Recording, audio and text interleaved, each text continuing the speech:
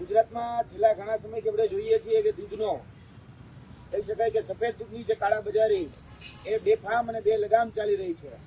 આના ઉપર અંકુશ લગાડવા માટે એ તંત્ર એ સંપૂર્ણ રીતે નિષ્ફળ નીવડ્યું છે અને છેલ્લા ઘણા સમયથી આ જે કાળાબજારી ચાલી રહી છે, જે નકલી દૂધનો વેપાર ચાલી રહ્યો છે, સિન્થેટિક દૂધનો જે વેપાર ચાલી રહ્યો છે, તેની તપાસ અમે કરી રહ્યા હતા. છેલ્લા 3 મહિનાથી અમે આ ઓપરેશનની પાછળ હતા.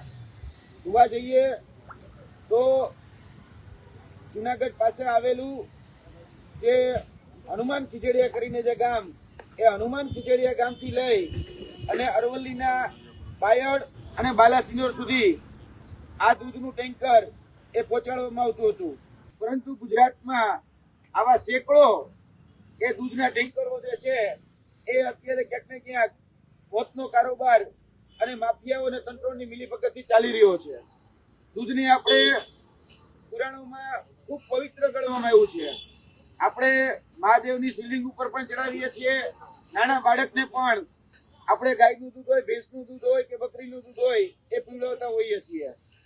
પરંતુ અત્યારે જે દૂધના નામે જે ઝેર પીવડાવવામાં આવી રહ્યું છે એ ઝેર ખૂબ ગંભીર છે.